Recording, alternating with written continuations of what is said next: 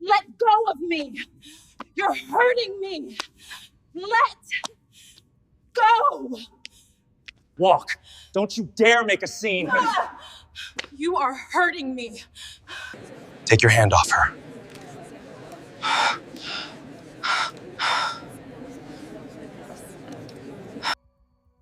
Get off me. Walk. Keep walking. Don't you dare make a scene in here. Minjun, let go. He had her by the braids.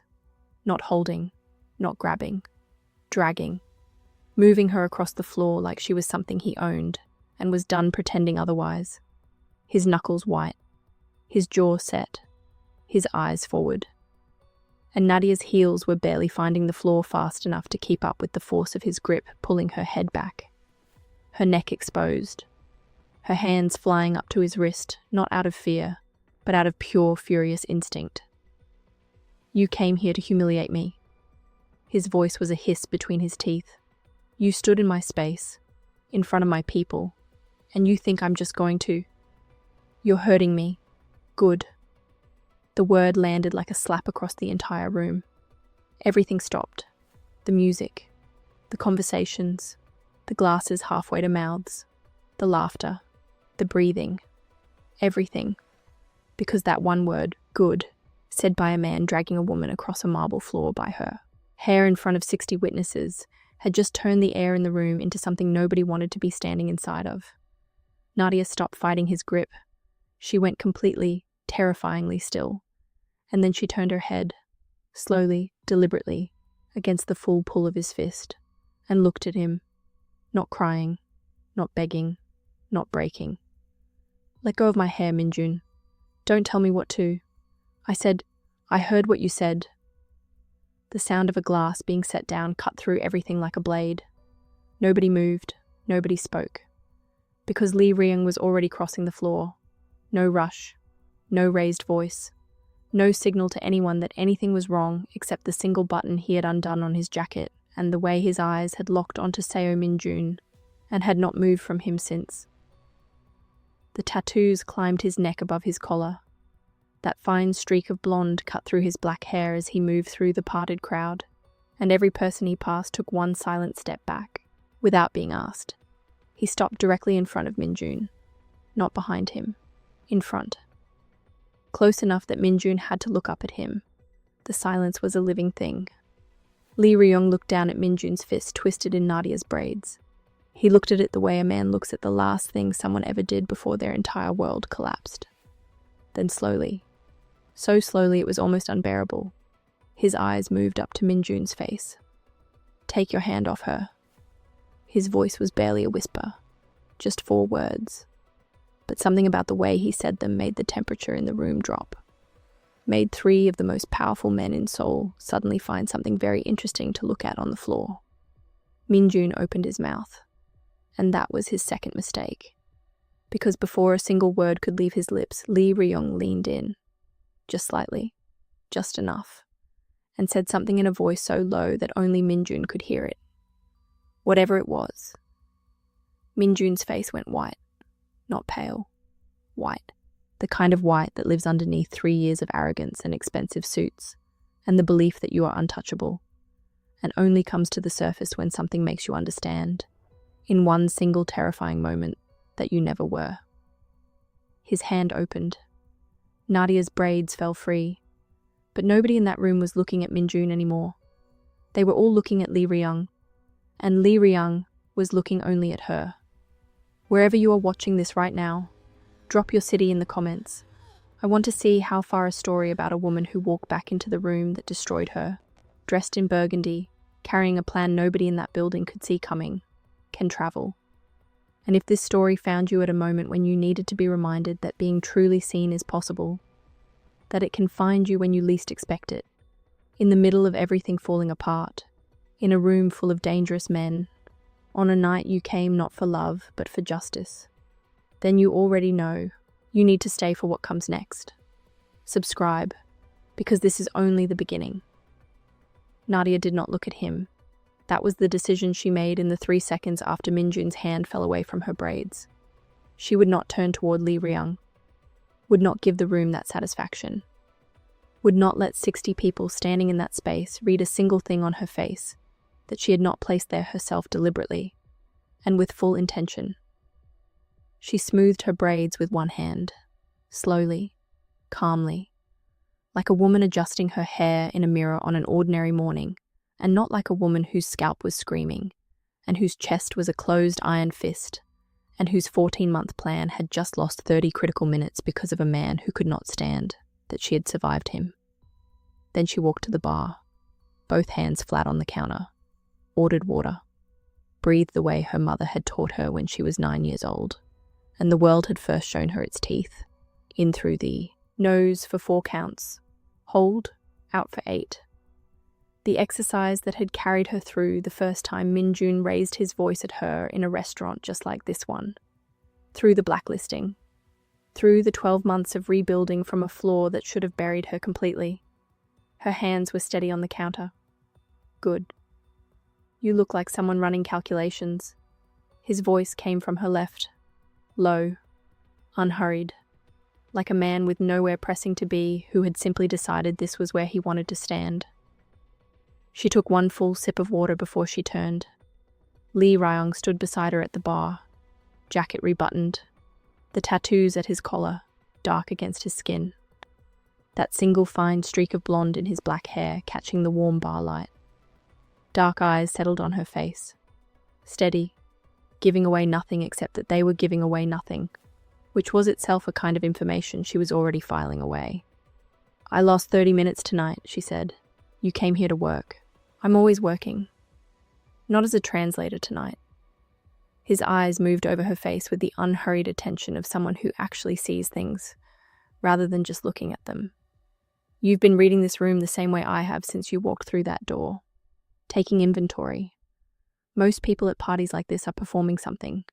You were calculating something. That's a completely different posture."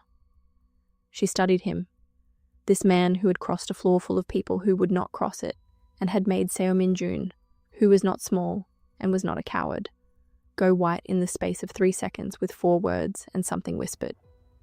"What did you say to him?" she asked. The truth he needed to hear most.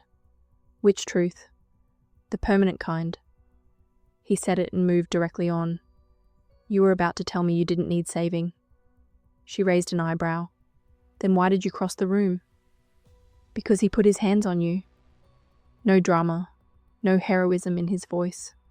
Just the flat and final statement of a man describing something that was not acceptable and had therefore been corrected.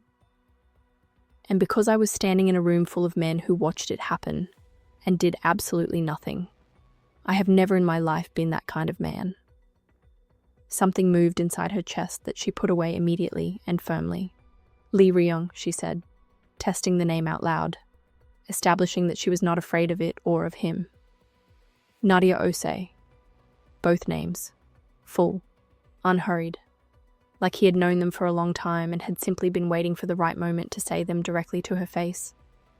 The way he said it sent something quiet and electric all the way down the back of her neck, and she did not let it show. He placed a card on the bar beside her hand. Plain. Black. Just a number. "When you're ready to have a different conversation from this one," he said. "Not tonight. Tonight you still need to be angry." He nodded once. Not a bow, just a clean acknowledgement between two people at the same level, and walked away from the bar without looking back. She looked at the card sitting beside her hand. She looked at it for a long moment. Then she picked it up. 2 a.m, her apartment desk. Files spread around her in every direction like a map of a war she had been fighting completely alone for 14 months. Translation records, financial transfers, corporate accounts she had spent months tracing back through 3 layers of shell companies to the same source over and over again. The full paper trail of what Seo Min-jun had stolen from her and built a quiet empire on. Not just her dignity, not just the 2 years she had given to a relationship she now understood had never been a relationship at all. Her work, her professional signature, her name attached to transactions she had never seen and never authorized. 2 years of translation contracts she had run for some of Seoul's most powerful firms. Contracts Min-jun had copied systematically and sold to intelligence brokers who paid him generously and asked no questions about where the material came from. And when it unraveled, and it had unraveled, because stolen things always leave threads, and threads always eventually get pulled, it was her name they found first, not his. 3 firms, 1 calendar year. Doors closing one after another with the particular quiet finality of powerful people deciding they were done with you. She had spent 12 months rebuilding from that floor. Harder than before, smarter than before, more dangerous than before. She had made sure of that because she had decided, quietly, on a Tuesday morning 11 months ago, over a cup of tea at this same desk, that whatever version of herself came out of this was going to be someone Seo Min-jun had genuinely never anticipated. She was almost there. Her phone lit up on the desk. Unknown number. She picked up on the second ring. "It is 2 a.m, she said. "You're awake," Ryeong said. "That is not an invitation to call. It is a conversation, measured, unhurried, the same quality his voice had had standing at the bar. I have a proposal for you, not on the phone. Tomorrow, I will send an address. I have not agreed to meet you, not yet." And there was something in those 2 words, barely there, almost not there, that was almost warm. "Good night, Nadia." The line went dead. She sat with the phone in her hand, looking at the wall above her desk, at the photographs and documents pinned there, at the face of the man she had come to that party tonight to begin the final dismantling of. She set the phone down, went back to her files. She went to the meeting the next day. No sign on the restaurant door. No menu on any website she could search. The kind of place that existed only in the knowledge of the specific people who were supposed to know about it. A quiet signal of exactly the kind of world Ryeong operated inside. She wore cream and black. Her braids loose today and long, falling over her shoulders, gold at her ears. Her face composed and giving nothing. He was already there when she arrived. Of course he was. He stood when she walked in. Not ceremony. Automatic. Like breathing. The way certain men stand when a room changes, and they register it before they decide to. She noticed again the tattoos climbing above his collar. The streak of blonde. The way he filled a room without once announcing himself in it.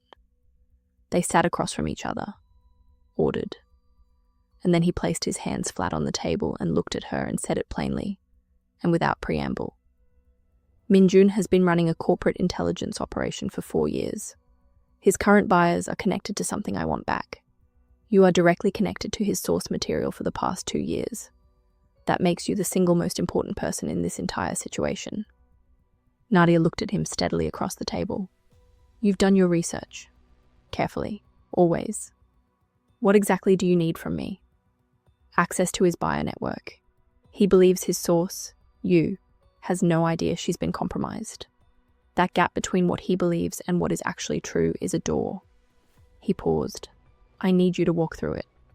In exchange, I give you everything you need to destroy him completely, publicly, professionally, permanently, in a way that he does not come back from. She ate without showing him anything of what was moving behind her eyes.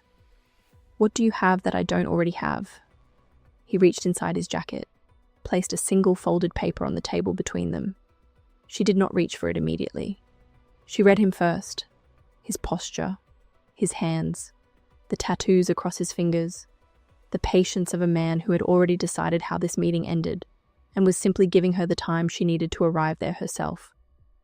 She picked up the paper, read it once, read it again, set it down carefully. He started copying my files 3 months into the relationship, she said. Her voice was completely level.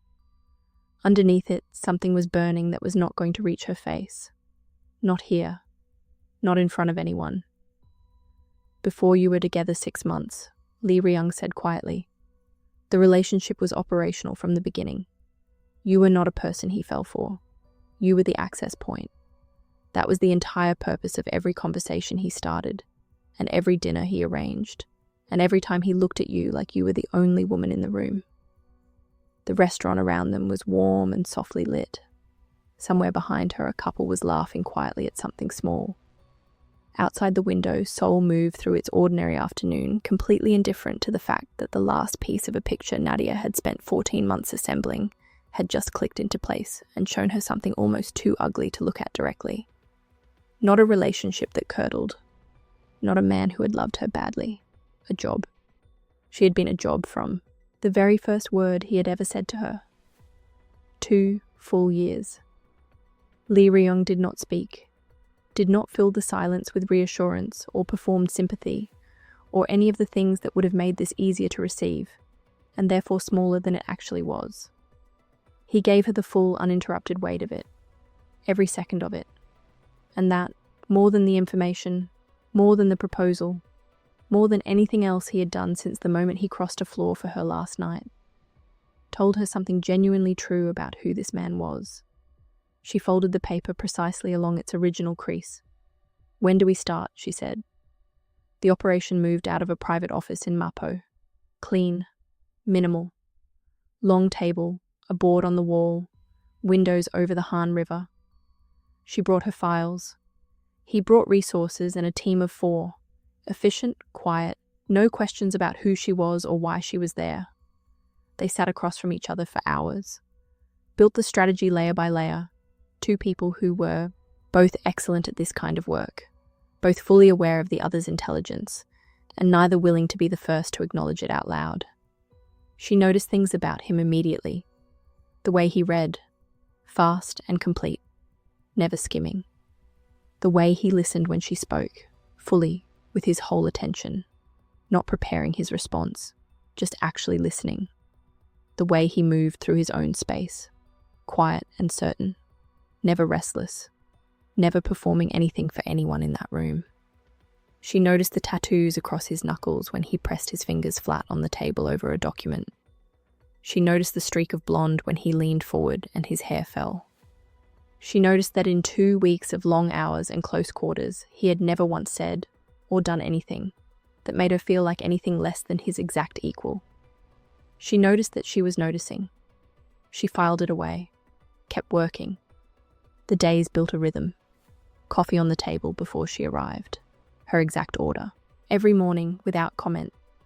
Her files cross-referenced with his intelligence in ways that kept revealing new layers neither of them had seen working alone. The particular energy of 2 people who are running toward the same thing from different directions, and have just discovered that their angles are perfectly complementary. On the 15th day, he set food on the table between their laptops without saying a single word.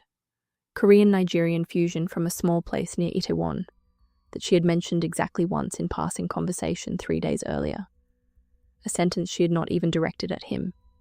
A small piece of a larger thought she had been speaking out loud while looking at a document. A place she used to go with her mother on weekends when she was a university student in Seoul. Before the professional world and Minjun and all of it. She looked at the containers on the table. Then she looked at him. He was already looking at his screen like he had not done anything yet. Or, "You remembered that," she said. "I remember everything you say." Still looking at his screen. His voice was completely even. "It's not strategic. I just do." She opened the container. The smell hit her immediately and directly. Her mother's kitchen. The particular warmth of it. Seoul at 22, before she knew what the city could cost you. The version of herself that had existed before any of this had happened to her. A version she had mourned quietly and privately for a long time and had eventually decided to stop mourning and start carrying differently. Her eyes burned for exactly 1 second. 1 single second. She blinked it away before it became 2. When she looked up, he was watching her. He had seen it. She knew he had seen it, that 1 second, because he saw everything. He did not lean across the table with a soft voice and performed concern, did not make his face into something pitying. He just held her gaze, steady and present and quiet. And then he looked back at his screen without a word. She ate her food, and something shifted inside her that she had been working very deliberately to prevent from shifting for 15 days running. She did not name it, but she stopped fighting it quite as hard as she had been. The first sign came on a Wednesday evening and she almost missed it. They had been working until past 9, just the 2 of them, the team having left an hour earlier. and she had stood up to stretch and walked to the window and stood looking out at the Han River going dark in the evening light. She heard him push back from the table behind her, heard his footsteps, and then he was standing beside her at the window, not close enough to touch, just beside her, looking out at the same river. Neither of them said anything for a long moment. "Do you ever get tired of it?" she asked. "All of it. The operation, the strategy, watching everything from a distance and waiting." He considered the question genuinely before answering. She had noticed he always did that, never gave automatic answers. "I get tired of people who make it necessary," he said finally. "Not the work itself." She looked at the river. "Minjun made it necessary for me." "I know. What made it necessary for you?" A pause, longer than his usual ones. "Someone took something that was not theirs to take, and I decided a long time ago that I was not the kind of man who lets that stand." She turned her head and looked at him. He was still looking at the river, his profile sharp and still in the window light, the streak of blonde, the tattoos at his collar above his shirt.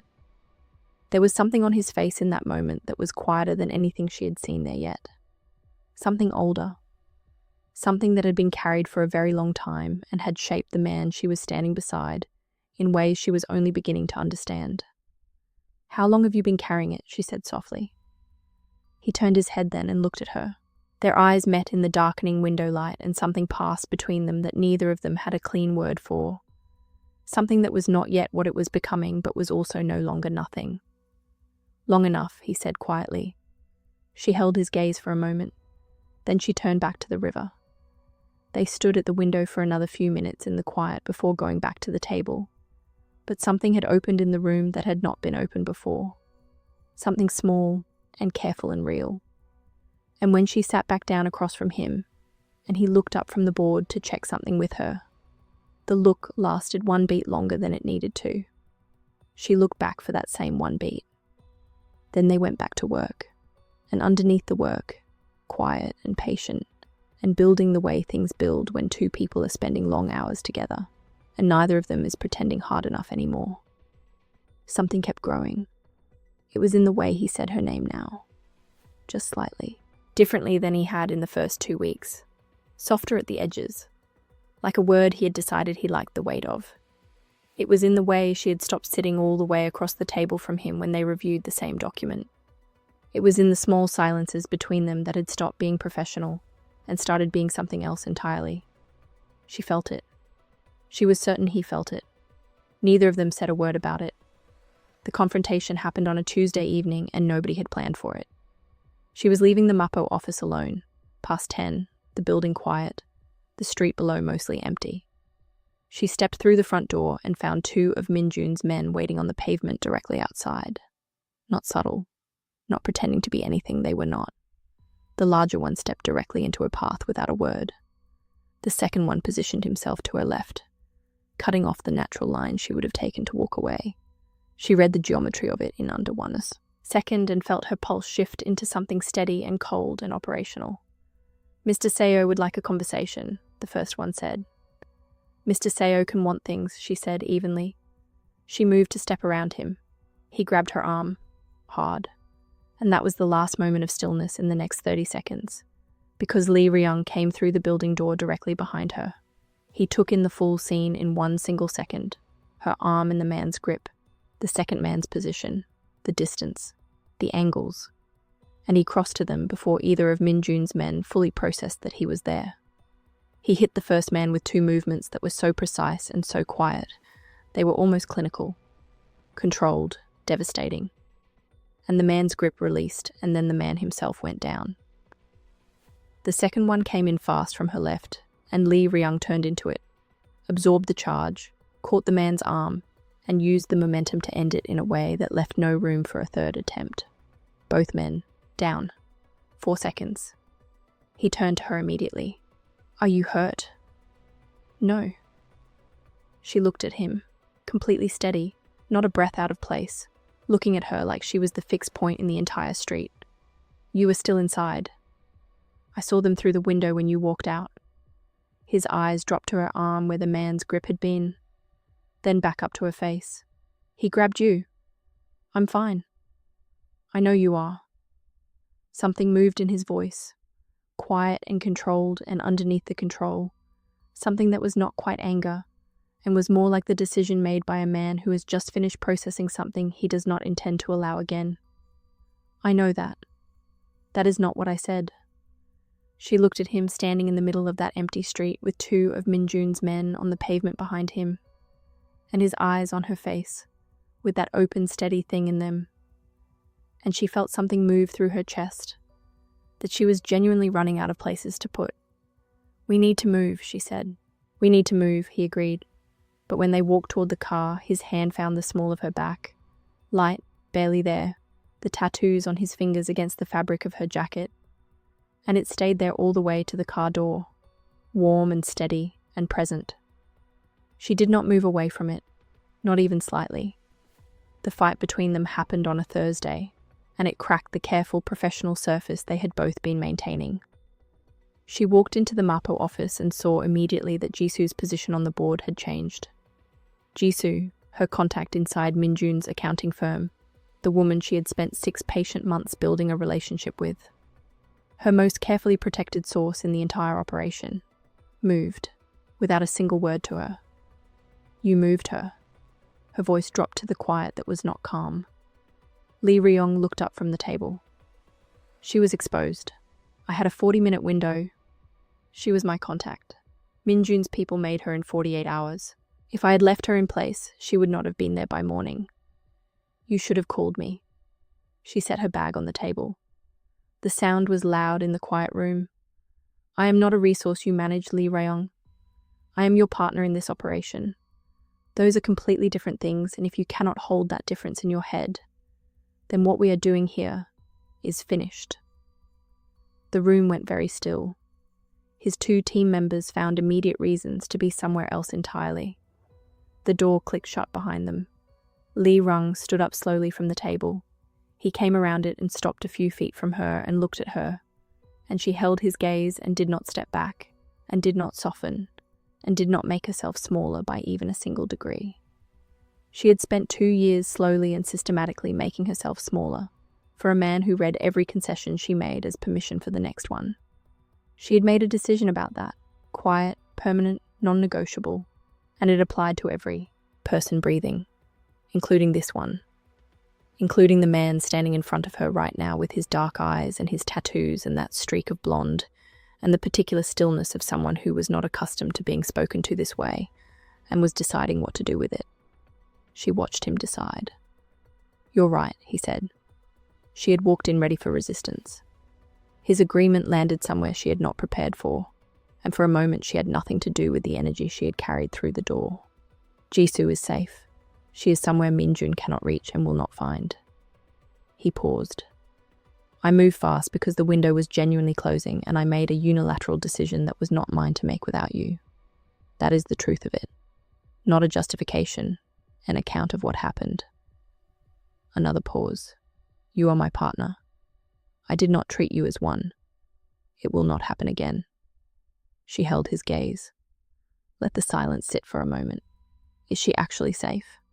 You have my word. Your word means something. It is the only currency I have never once devalued. Quiet. Absolute. No drama attached to it. Just a man stating the single most important true thing about himself as simply as he could. Something in her chest loosened by 1 degree. Just 1. She pulled out the nearest chair and sat down. Show me exactly where she is. He turned his laptop toward her without a moment of hesitation. Songpa. A safe house. Comfortable. Properly secured. Everything she would have asked for if she had been consulted. She nodded once. Next time, 20 minutes or 40 minutes, you call me. Next time, he said, I call you. He sat back down, pulled the board back up on the screen, and for 1 moment, just 1 moment before they went back to work, his eyes stayed on her face, not reading her, not calculating anything, just looking at her the way you look at something you are still learning the full shape of and are finding each time that there is more of it than you had measured. She looked back. For exactly that same moment, Then they went back to work. But something had changed in the room after that. The professional surface had cracked open, and underneath it something warmer had been sitting this whole time, waiting. It was there in the way he refilled her water without being asked an hour later, in the way she pointed something out on his screen, and her hand came close to his on the table, and neither of them moved away. In the way he said her name now, just slightly differently than he had in the first 2 weeks, softer at the edges, like a word he had decided he liked the weight of. She felt it. She was certain he felt it. Neither of them said a word about it. The first time he touched her was an accident. Late, past midnight, his car coming back from 3 hours of surveillance near Minjun's office building. She had kicked her heels off the moment she got into the passenger seat and pulled her knees up and was reviewing timestamps on her phone when he leaned across to point at something on her screen. His hand brushed hers. Neither of them moved. His hand against hers, warm, accidental. The tattoos on his hand visible in the low interior light of the car. She could feel him looking at the side of her face. She kept her eyes on the screen. "What were you pointing at?" she said. "Third line." His voice was slightly lower than usual. "Barely. The timestamp is off." She looked at the third line. He moved his hand. She kept her eyes on her screen. "You're right about the timestamp," she said. "I usually am." She almost smiled. Not quite. She held it back by the smallest margin, but he saw it. She knew because in the dark of the car, she saw the corner of his mouth move, in response to the almost smile she had not fully let happen. A small and entirely silent conversation between two expressions in a parked car on a quiet Seoul street past midnight. Something acknowledged without being named. Something passed between them without either of them reaching for it openly. Neither of them said a word about it, which somehow made it more than any words could have. 2 days later, Minjun sent 4 men to their surveillance position near his office building, and the night stopped being quiet entirely. They were in Ryung's car on the east side of the building when his phone lit up. A single word message from his operative across the street. "Move." That was all. Just that one word. He had the car in reverse before she finished reading it over his shoulder. "Hold on." They came around the corner fast and directly into the path of 2 of Minjun's vehicles blocking the road. Ryung hit the brakes. 1 second of complete stillness. Then 4 men were out of the vehicles and moving toward the car, and he said her name once. Sharp, clean, a full sentence in a single word. And they were out of the car and running. Into the alley. Through it. His hand finding hers in the dark without. Looking. Locking around it. His body moving in front of hers every time they hit open ground. She matched his pace stride for stride. She was fast. Faster than he had expected. She could feel him register it. And they came out the other end of the alley into a wider street and he pulled her left without slowing. Behind them the sound of feet. Close. Too close. He pulled her into the recessed doorway of a building and pressed them both into the shadow and put his arm across her and went completely still. She went still with him, her back against the door, his arm across her, his body between her and the street, his jaw right above her temple. She could feel him breathing, controlled, slow, deliberate. And she matched it, steadied herself to it, and they stood in the shadow and listened to Minjun's men run past the doorway without slowing, their footsteps fading down the street. Neither of them moved for a long moment after the footsteps disappeared. His arm was still, across her. Her shoulder was against his chest. His jaw was above her temple, and he was looking down the street and she was looking at the line of his throat and the tattoos at his collar. And she was aware, with a clarity that she could not have explained and could not have stopped, of every single point of contact between them, every degree of warmth. He looked down at her. She looked up at him. In the dark doorway of that building with the Seoul night all around them, and Minjun's men somewhere in the distance, and the adrenaline still burning in her blood, he looked at her with those dark open eyes, and she looked at him, and for a moment, 3 full seconds, 4. Neither of them did anything at all. Then he stepped back. "We need to keep moving," he said. His voice was very even. "We need to keep moving," she said. Her voice was equally even. They moved. But for the rest of the walk back to the safe house, his hand did not fully leave her, at her back on the open, stretches at her elbow at the turns, and she did not put any distance between them, and neither of them pretended not to notice. Back at the Yongsan safe house, she sat at the kitchen counter while he pressed a cloth against the graze on his forearm from the car door when they had gotten out fast. She watched him from across the counter with her arms folded, and the evening's adrenaline still sitting under her skin like current in a wire. "You need more than a cloth on that," she said. "It's not deep." "I can see that. I'm still right." She was already moving, to his cabinet, to the first aid kit she had located on her 3rd day here, because she located exits and first aid kits in every space she spent time in, a habit her father had given her. She came back around the counter and stopped in front of him and opened the kit on the counter beside him. He watched her do this. She cleaned the graze efficiently and without fuss. He was very still while she worked, the kind of stillness that was not passive but attentive, the kind that meant he was aware of every movement, aware of how close she was standing, aware of her hands.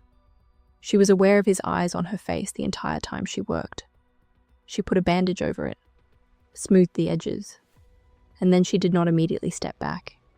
He reached up with his free hand and tucked a braid back from her face. Slowly, the tattoos on his fingers brushing her temple, and just looked at her.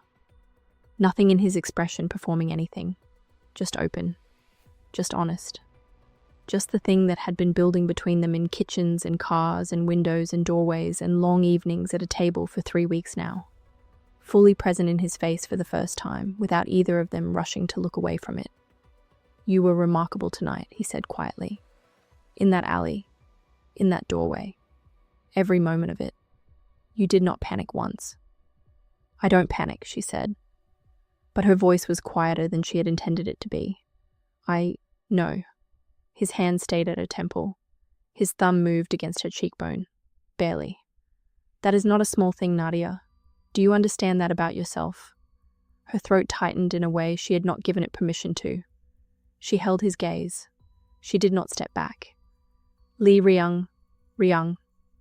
Very quietly. "Just Ryung. You don't need the rest of it."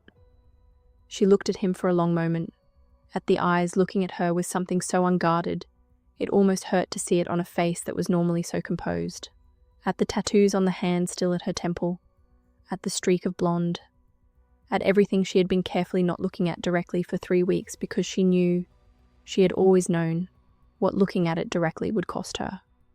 She looked at all of it. "Ryeong," she said. He closed his eyes for exactly 1 second when she said it. The way a person closes their eyes when they receive something they have been waiting for without fully knowing they were waiting. 1 second. Then he opened them, and the space between them, which had been closing by degrees for 3 weeks through food on desks and windows at dusk, and hands in doorways and almost smiles in dark cars, closed completely. He kissed her. Warm. Certain. Deliberate in the way that he was deliberate about everything. Not urgent, not desperate, but full. Like a decision that had been made carefully and was now being carried out without hesitation.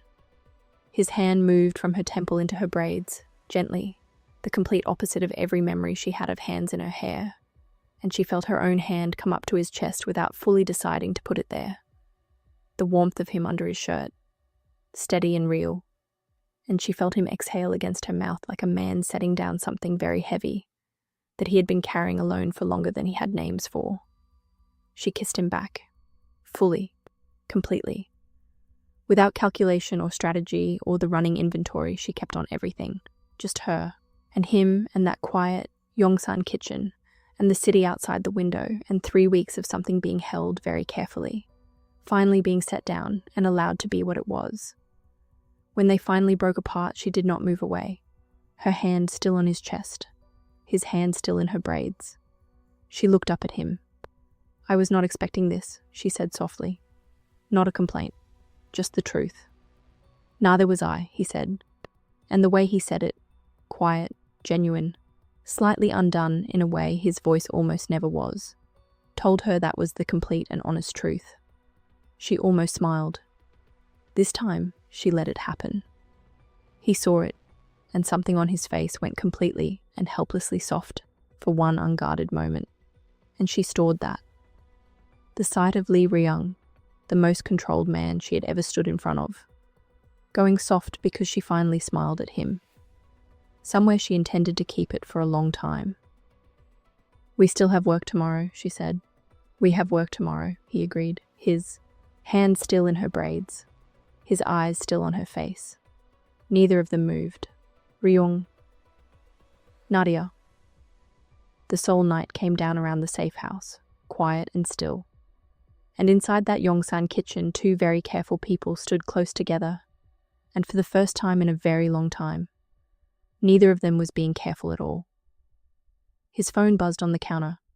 He did not look at it immediately. He looked at her. She looked at him. The phone buzzed again. He reached for it. She watched his face as he read the screen, watched the stillness that was already there go into something deeper, something colder. The thing that happened to his face when he was processing something he had not prepared for. He set the phone down. "What is it?" she said. He looked at her for a long moment. And in that look was something she had not seen on his face once in 3 weeks. Something that was not quite hesitation and not quite guilt, but lived somewhere between the two. "Ryung."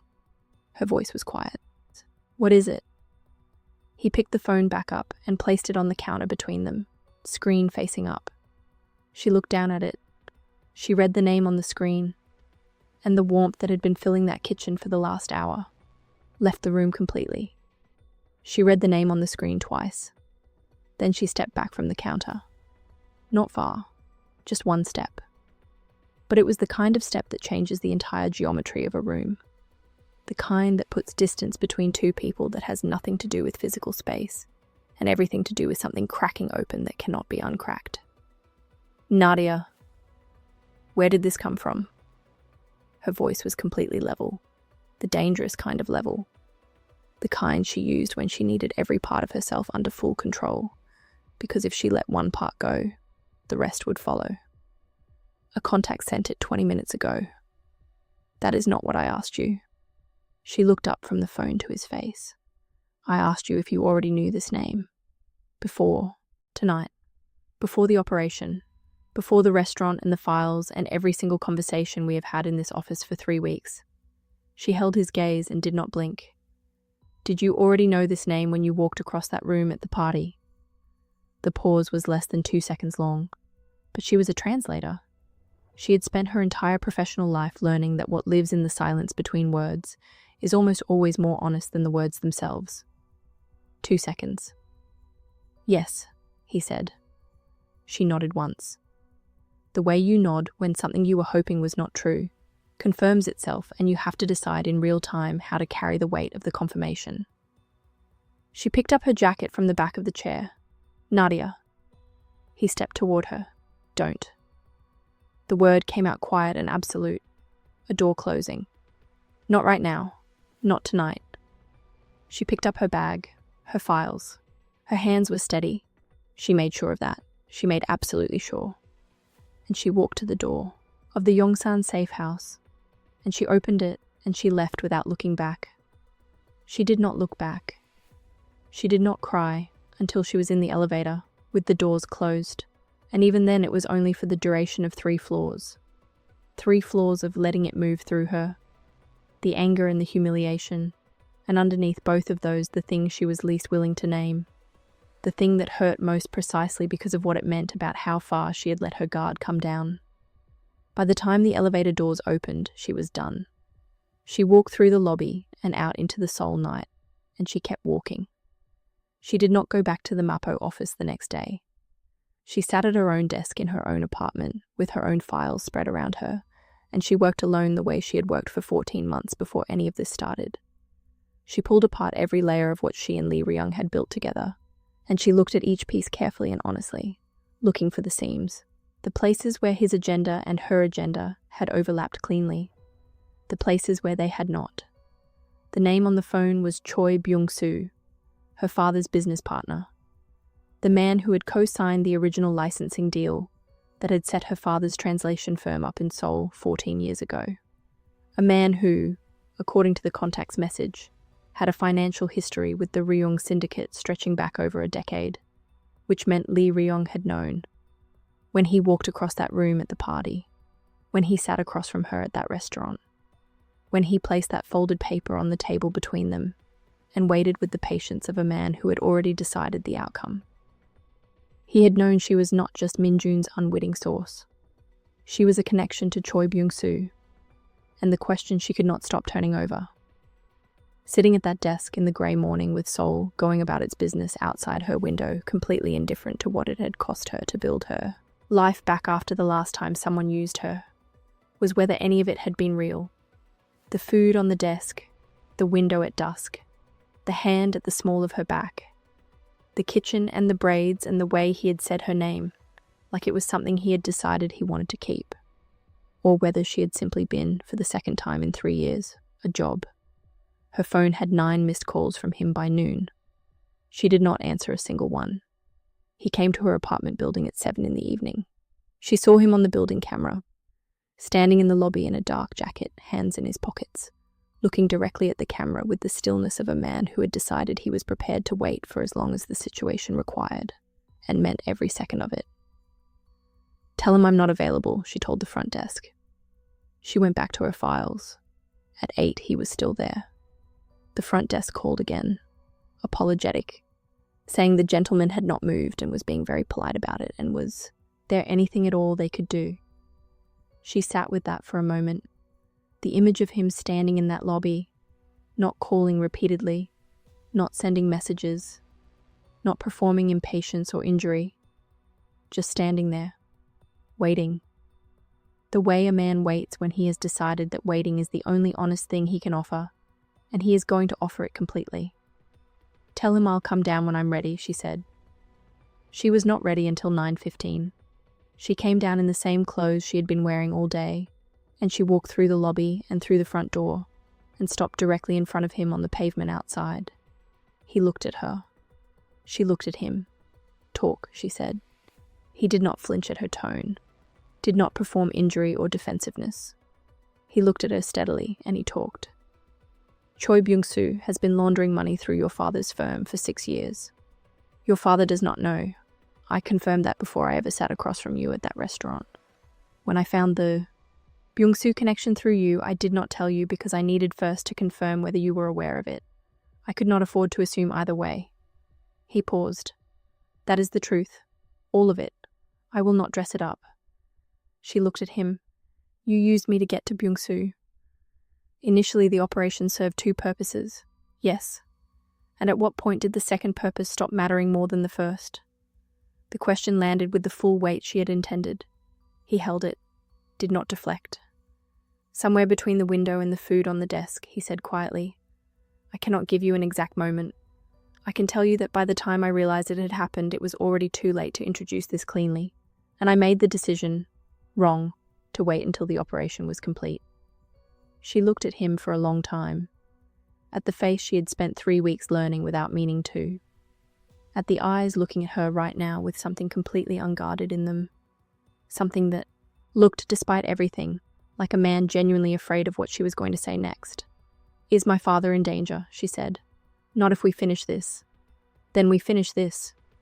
She turned toward the building. "Come back tomorrow morning at 8. We work." She put her hand on the door. "And Ryeong." He looked at her. "If you withhold one more piece of information from me," she said quietly. "One. We are done. Not the operation. Everything." She went back inside. She did not see his face when she said everything. But she heard, just before the lobby door closed behind her, the sound of him exhaling. Long, slow, like a man who has just been given something he knows he does not fully deserve, and intends to spend a long time earning. He was at the Mapo office at 7:55 the next morning. She arrived at 8 exactly. He had coffee on the table, Her order, exactly right. She sat down, pulled the coffee toward her, looked at it for one moment. Tell me everything about Byung-soo, she said.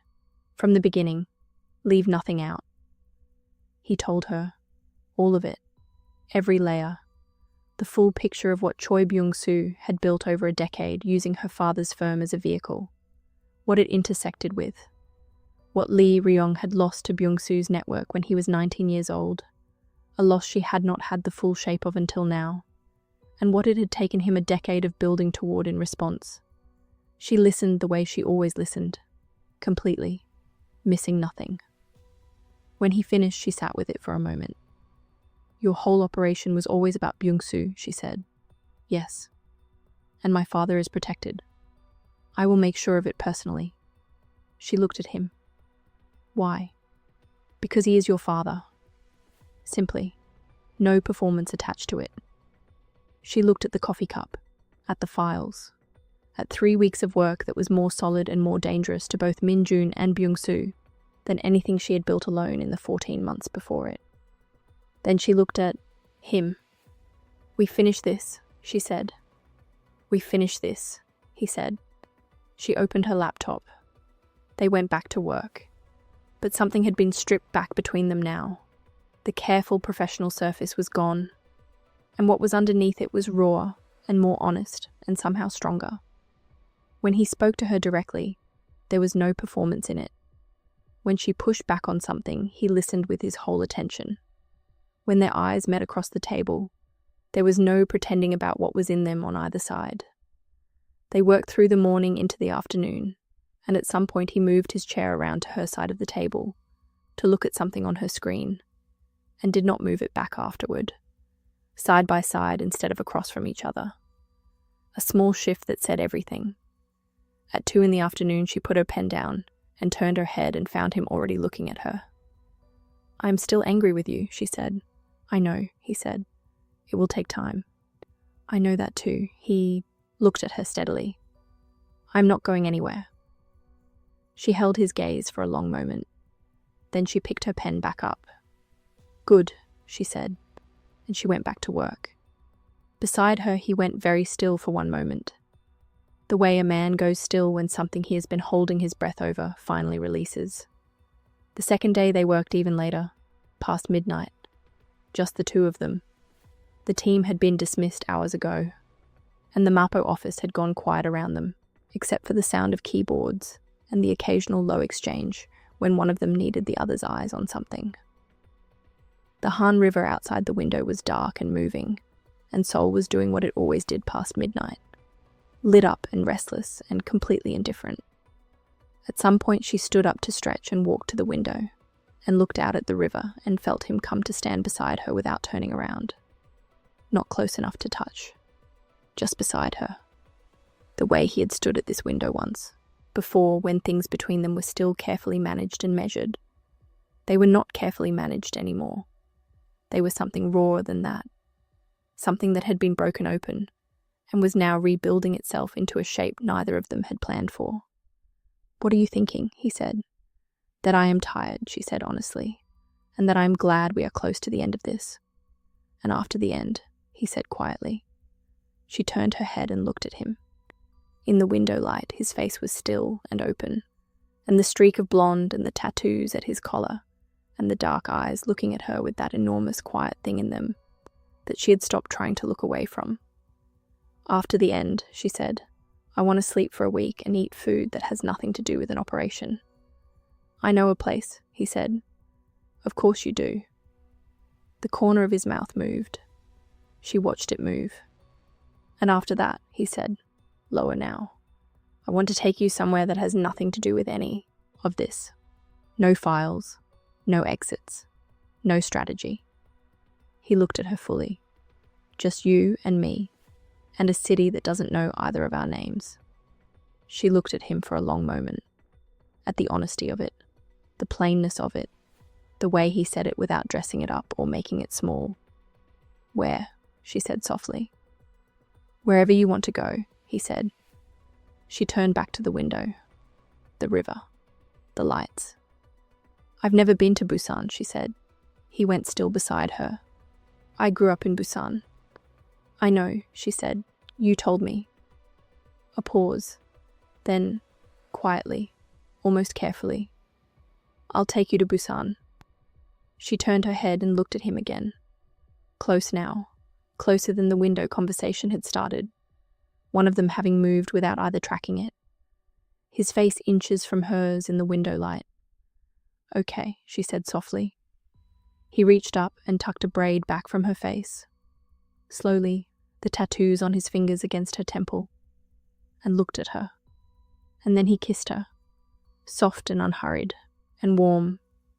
The kiss of two people who are no longer pretending they are not in the middle of something real, who have stopped managing the distance between them, and are simply standing in the truth of where they are. She kissed him back. Her hand went to his chest. His arm came around her waist and drew her in until she was leaning into him fully, her braids against his jaw, and they stood at that window in the dark office with Seoul spread out below them, and held on to each other in the particular way that people hold on when they have been through something together that cost them both something real. When they finally broke apart, she stayed close. We still have work, she said against his shoulder. In the morning, he said, his hand in her braids. We finish it in the morning. She pulled back and looked at him. Then she took his hand. Stay, she said, simply. He looked at her for one long moment. Yes, he said. She woke up in the grey early morning to the sound of rain, against the window and the warmth of him beside her, and the particular quality of light that meant it was somewhere between 5 and 6, and the city had not fully committed to the day yet. She lay still for a moment, listening to his breathing, looking at the ceiling. His arm was around her. Her head was against his chest. She could feel his heartbeat, steady and slow. The heartbeat of a man who had finally, in this specific place, allowed himself to rest. She thought about what that meant, about what it cost a person to stop being vigilant, about how much had to be true before a man like Ryung closed his eyes in a room and let himself sleep. She turned her head and looked at him. He was already awake, looking at the ceiling the way she had been. He turned his head when she did, and they looked at each other in the grey morning light. No armour between them, no performance, no careful management of what was showing on their faces. Just two people in the quiet before the day, with everything between them exactly as it was. She reached up and touched the streak of blonde in his hair, lightly, just her fingers running through it once, something she had wanted to do for weeks and had not let herself. He watched her do it. I have been wanting to do that, she said. I know, he said. She looked at him. You know. I have been watching you not do it for 2 weeks, he said. And there was something so warm in that, so quietly certain, that she felt it move all the way through her. She laughed softly. He pulled her closer.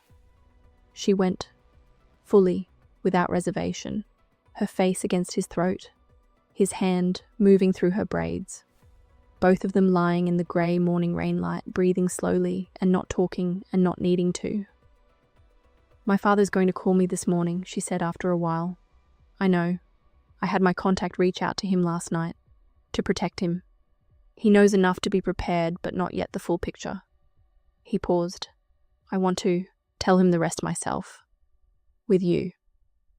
She lifted her head and looked at him. With me? Yes. He held her gaze. Not for me. For him. He should hear it from both of us together. He should be able to look at both of our faces when he decides what he thinks. She looked at this man, at everything he was, and everything he had been, and everything he was choosing to be right now in this grey morning, with the rain coming down outside, and 14 months of her life finally approaching its end. He is going to be very difficult, she said softly. Good, he said. He should be. She is worth being difficult for. She stared at him. She. You. His thumb moved against her cheek. You are worth being difficult for. She held his gaze for a long moment. Then she kissed him. Slow and warm and deep. Her hand going to his jaw, his arm pulling her closer. The rain against the window.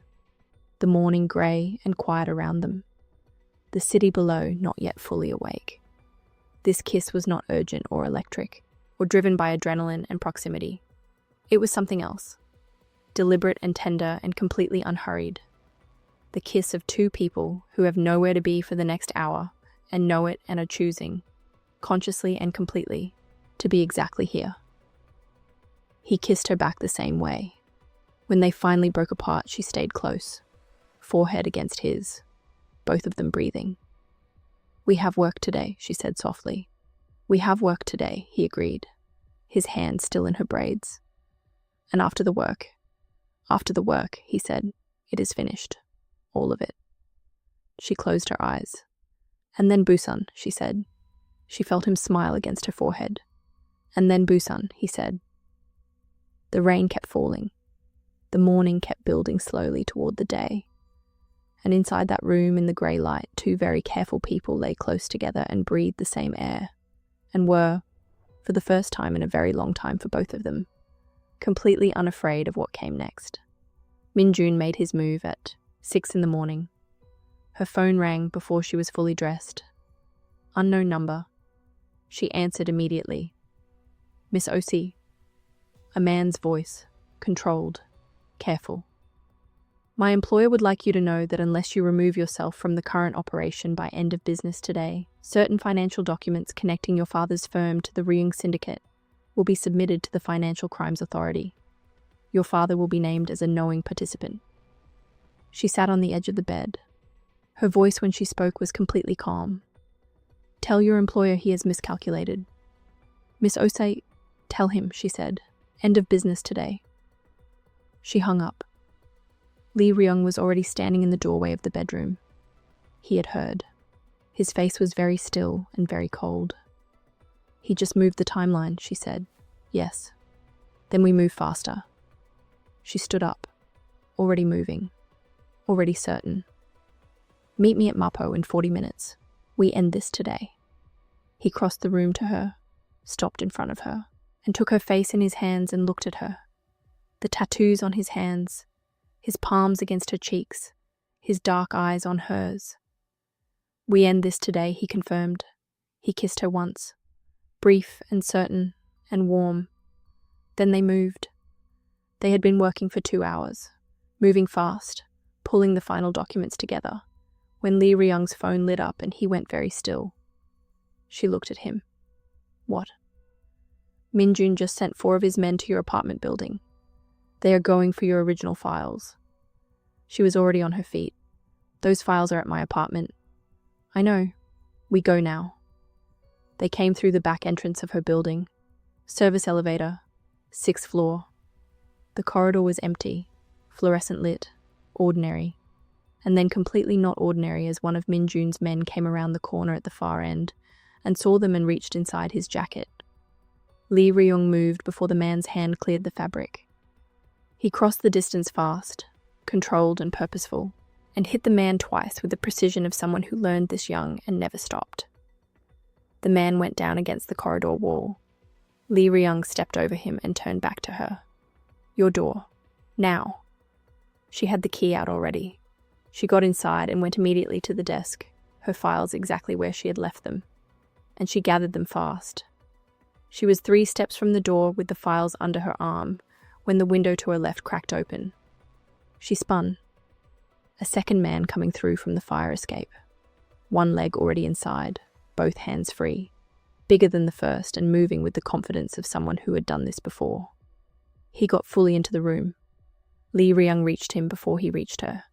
What happened next was fast and brutal and close. The man was large and aggressive and came at Ryeong hard, and Ryeong let him come. Stepped into it inside the swing, and the fight was tight and physical, and for approximately 4 seconds, genuinely uncertain, and then Ryeong put the man into the bookshelf with enough force that the shelf and everything on it came down together. Ryeong straightened, a cut above his left eye. Fresh. Bleeding. He turned to Nadia immediately. "Are you?" "I'm fine. You're cut." She was already crossing to him. She touched his face with both hands, turning his head, examining the cut, her fingers careful against his skin. "It's not deep, but it needs closing." We need to move. I know we need to move. She pressed her sleeve against it firmly, held it there and looked at him. Close. His hands had come up to cover hers where she held the makeshift pressure against his face. Warm. Steady. The tattoos on his hands against the backs of hers. Hold that, she said. Nadia. Hold it, she said. Then we move. He held it, his eyes on her face the entire time she worked. There are 2 more in the stairwell, he said quietly. I know, she said. Are you ready? He looked at her, at the files under her arm and the steadiness of her hands and the complete absence of panic on her face. And something moved in his expression that was not the moment for, that she filed away to take out and look at later. Ready, Kalesh, he said. The 2 men in the stairwell came at them on the 3rd floor landing, and it was immediate and loud and enclosed. Ryung took the first, and his lieutenant who had come up from the lobby took the second, and Nadia pressed herself against the wall with her files locked under her arm, and watched Ryung fight in a concrete stairwell. She had seen him move in the warehouse alley, in the street outside the Mapo building, in her apartment just now. This was different. This was closer and harder and more honest. And she understood watching it, with the adrenaline burning in her blood and her back against the cold stairwell wall, that the thing that made Ryung dangerous was not the syndicate or the men at exits. It was this, the way he moved. When it was real, and there was no distance between him and the thing he was moving toward. Precise. Cold. Completely without wasted motion. The stairwell went quiet. He turned to her immediately, checked her, face, hands, the files, in one rapid pass. All 4, she said. All 4, he confirmed. She looked at him, at the cut, at the torn jacket, at the complete unruffled stillness of him. Hospital, she said. Operation. Hospital first. She stepped toward him and put her free hand against his chest. Flat, firm, deliberate. You have a cut above your eye that needs closing, and I am not finishing this operation sitting across from you watching it bleed. Hospital. Then we finish it. He looked at her hand on his chest. He looked at her face. Hospital, he said quietly. In the car on the way to the hospital, she sat beside him in the back seat and pressed a folded cloth from her bag against the cut and kept pressure on it with her hand, and he turned his head to look at her, very close, her hand against his face, the car moving through the morning Seoul streets. And he said quietly, You don't have to. I know I don't have to, she said. Be still. He was still.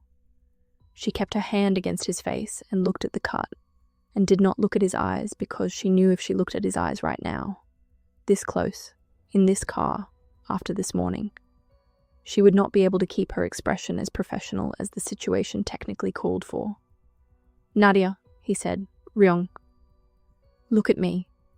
She looked at him, his eyes, dark and steady and completely open, looking at her from 2 inches away with all of that enormous quiet thing in them that she had been trying to manage her response to since the first night he stood beside her at a bar in a burgundy party and said her name like he had been keeping it. Thank you, he said. Quiet. Genuine. Not for the pressure on the cut.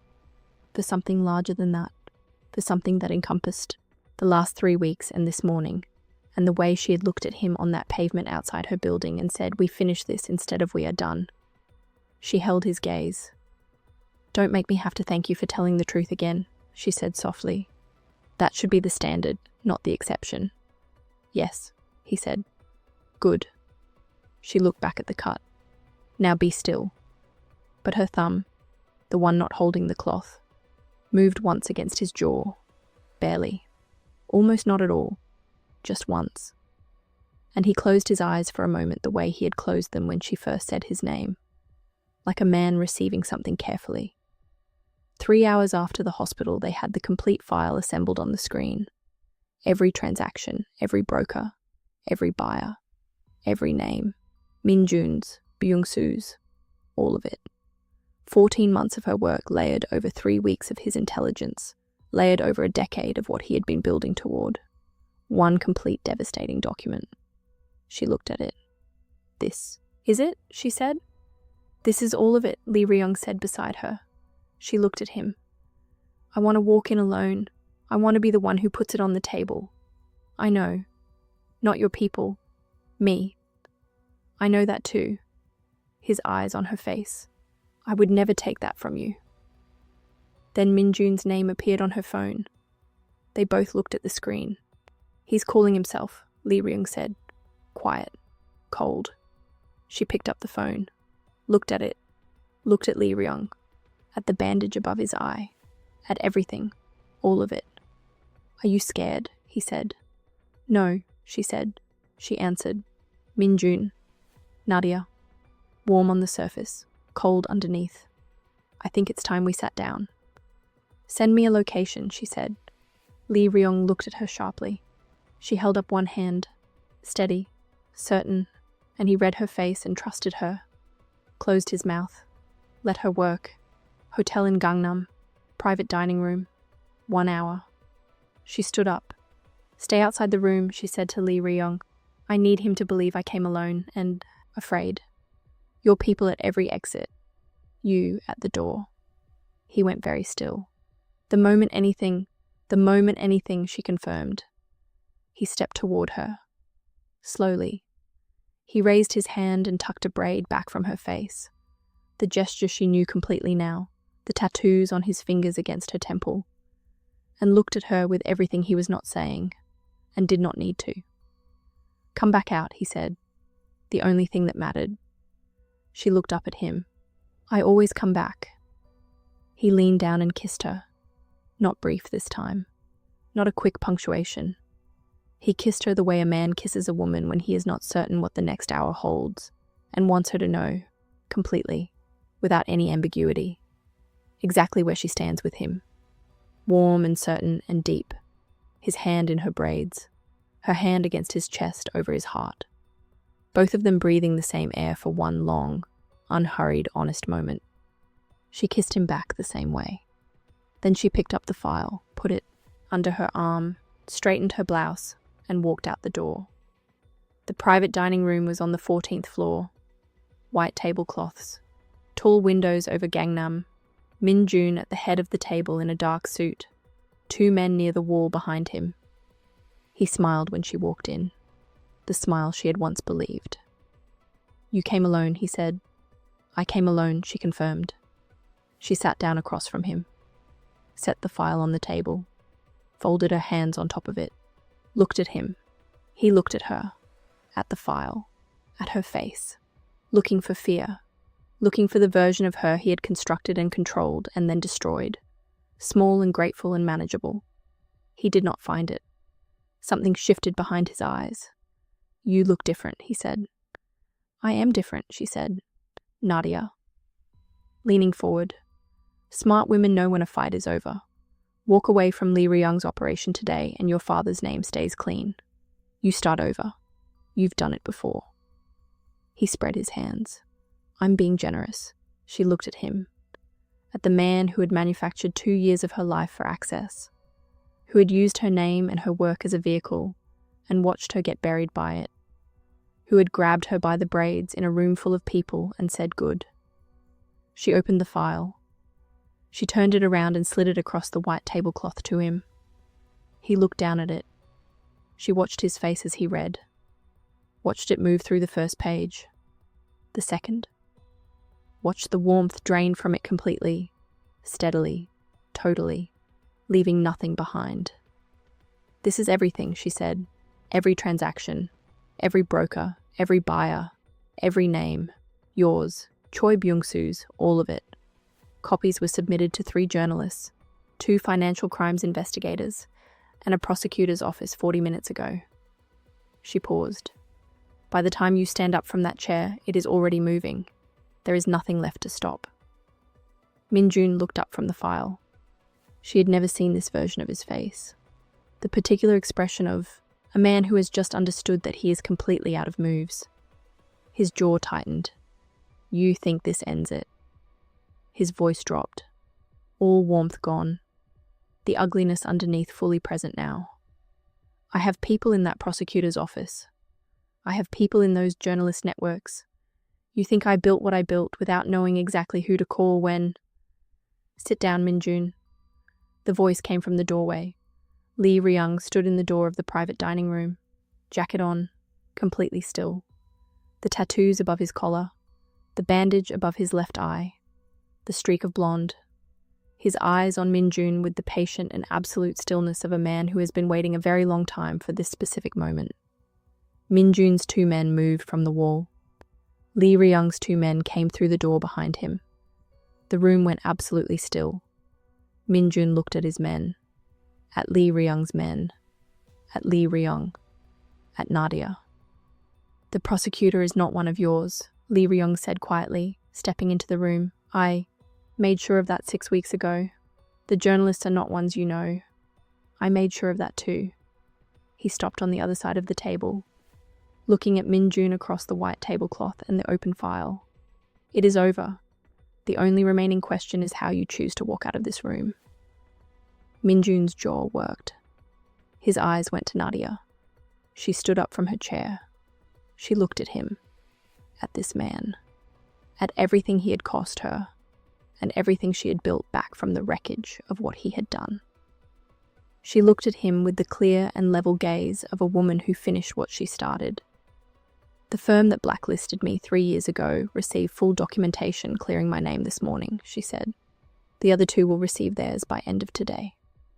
She picked up her bag. You should call your lawyer. She walked toward the door. Nadia. His voice cracked. The last card of a man with no cards. Nadia, you don't understand what you've done. I will make sure that every... She stopped at the door, turned her head, looked at him over her shoulder. You already did your worst to me, Minjun, she said, and here I am. She walked out. Ryung was in the corridor 40 seconds later. She was standing at the window at the end of the hall, looking out at Gangnam in the afternoon light, and she heard his footsteps and let herself have one more breath of it. The full weight of 14 months arriving at its end, right here, on the 14th floor of a hotel in the city that had tried to bury her and had not managed it. Then she turned. He crossed the corridor to her and she met him halfway, and he took her face in both hands and looked at her. The tattoos on his hands, his palms warm against her cheeks. It's done, she said. It's done, he confirmed. She looked up at him, at the bandage above his eye. She reached up and touched it gently with her fingertips, checking it, the way she had been checking it all day, the way she suspected she would keep, checking it until it was fully healed and probably for some time after that. Does it hurt? She said. No. Liar. Something broke completely open on his face, full and genuine and warm and helpless all at once, and she felt it move through her chest like sunlight through a window that has been closed for a very long time. She laughed. She laughed and he pulled her in, his arms around her, her face against his chest, his chin above her braids. And they stood in that hotel corridor in the afternoon light and held on to each other without performing anything for anyone. She held on for a long time. When she finally pulled back, she looked up at him, and he looked down at her, and she stood up on her toes and kissed him right there in that corridor, warm and full and unhurried, her hands on his face, his arms around her. The kiss of two people who have been through something real together and have come out the other side of it still choosing each other. When they broke apart, she stayed close. Let's go home, she said. The word home sat between them for a moment. Neither of them had said it before. Neither of them pretended not to notice it now. Yes, he said quietly. Let's go home. They went back to the Yongsan safe house because it was the closest thing either of them had to that word, and neither of them said that out loud, but both of them knew it completely. She showered and changed into one of his shirts because it was there, and she did not feel like putting the blouse back on, and he looked at her when she came out of the bathroom, and the expression on his face was so entirely unguarded that she almost said something about it, and then decided to let him look. He made tea. She sat on the counter and watched him and thought about the first time she had sat on this counter. The adrenaline, the cut, the ice pack. The moment his eyes had looked at her with that open, enormous thing, and she had finally stopped pretending she did not see it. He set a cup, beside her and leaned against the counter next to her, and they both looked out the window at the evening Seoul light without speaking for a moment. Byung-soo, she said. The prosecutor's package includes him fully. He cannot insulate himself from it. He paused. Your father's firm is clean in all documentation, unambiguously. She nodded, looked at the tea. I called your father, he said. She looked at him. When? While you were in the shower. I told him the full picture, all of it. I told him what was done to his firm and what was done to you and what has been done about it today. He held her gaze. He was very quiet for a long time. She could picture it, her father and his particular quality of quiet. What did he say? She said softly. He said he wanted to speak to you. A pause. And then he said he wanted to speak to me again, in person. She looked at him. I told you. You told me. Something moved at the corner of his mouth. He also said that if I had any intention of continuing to be present in your life, I should come to Lagos and say so to his face. She stared at him. He said that. Those were his approximate words. He barely knows you exist. He knows enough, Ryeong said. Apparently. He looked at her steadily. I told him I would come. She looked at this man on the counter beside her, at everything. The streak of blonde and the tattoos and the bandage above his left eye, and the steady dark eyes looking at her with all that quiet, enormous honesty. You told him you would come to Lagos, she said. Yes. You have never taken a holiday in your life. I know. Lagos is not a quiet city. I know that too. My aunties will ask you impossible questions. I expect so. My father will watch every move you make. Good. He held her gaze. He should. She looked at him for a long moment. Then she set her tea down and reached across and took his face in her hands. Her palms against his jaw, the bandage under her, fingers, his eyes looking at her. And she kissed him, soft and slow and warm.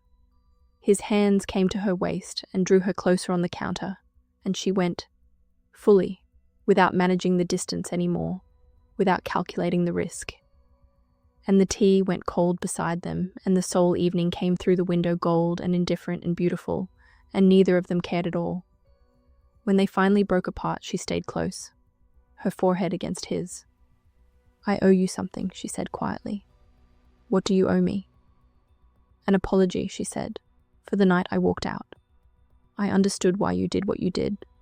Even then, underneath the anger, I understood it. I just could not say so yet. He was quiet for a moment. You do not owe me that. I know I don't have to give it, she said. I want to. She pulled back enough to look at him. You were wrong. And you were also, in the middle of being wrong, trying to protect something that mattered to you. I understand that. I just needed you to know that I see the whole thing, not just the part that hurt. He looked at her for a long time. Then he reached up and tucked a braid back from her face and said quietly, You are the most extraordinary person I have ever stood across a table from. She raised an eyebrow. Table. Room, he corrected. Person. Full stop. She smiled at him, the real one, unguarded, complete. He looked at it the way he always looked at it, like a man seeing something he had been working toward for a long time and is only now allowing himself to fully receive. Come here, he said quietly. She went. Later, the city outside fully dark, the tea long cold and forgotten, the evening having become night without either of them tracking it. She lay with her head on his chest and his arm around her, and his hand moving slowly through her braids, and the files on the table across the room that no longer needed working. What are you thinking? He said. She thought about it honestly. About the firm clearing her name, about her father, about the translation work she had been rebuilding for 14 months, that was about to have its biggest obstruction removed permanently, about what it felt like to have carried something alone for so long that you stopped imagining what your hands felt like without it. I'm thinking that I came to that party in a burgundy dress with a plan, she said. And the plan worked. and none of it went the way I expected. She turned her head and looked up at him, and I am glad about both of those things. He looked down at her face, at everything on it that she was not hiding. So am I, he said. She settled back against his chest, his hand in her braids. The rain that had started again against the window. The Seoul night doing what Seoul nights did. Moving, lit up, restless. The city that never fully committed to sleeping. But inside that room, everything was still. The kind of stillness that is not empty or tense or held together by sheer will. The kind that comes after. After the fighting and the rebuilding and the long, careful work of deciding whether someone is worth the risk of letting them close.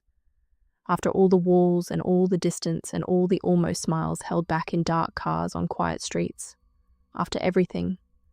Busan, she said quietly into the dark. His arm tightened around her. Busan, he said. She closed her eyes and slept. If you made it to the end of this story, you already know what it cost her to get here. 14 months of rebuilding in silence. A reputation burned to the ground by a man who planned it from the very first smile.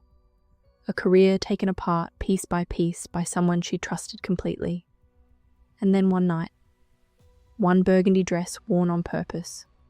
One plan she walked back into the room carrying alone. And one man who stood up from a table across a crowded room and changed the direction of everything. Some of you watching this are in the middle of your own version of this story. You are not at the clean table yet. You are still in the part where you are rebuilding. Still in the part where you are carrying the plan alone and wondering if it is worth it, and deciding, quietly, in the middle of the night, at a desk full of files, that it is. You are not at the ending yet, but you are moving, and that matters more than you know. Drop your city in the comments. Let us see where this story traveled today. Share it with someone who needs to be reminded that a woman who rebuilds herself in silence and walks back into the room with a plan is the most unstoppable thing on this earth. And subscribe, because every week we come back here and we tell stories about women who chose themselves, even when it was dangerous, even when it was lonely, even when they were not sure the version of themselves they were fighting towards still existed. Nadia did, and so can you.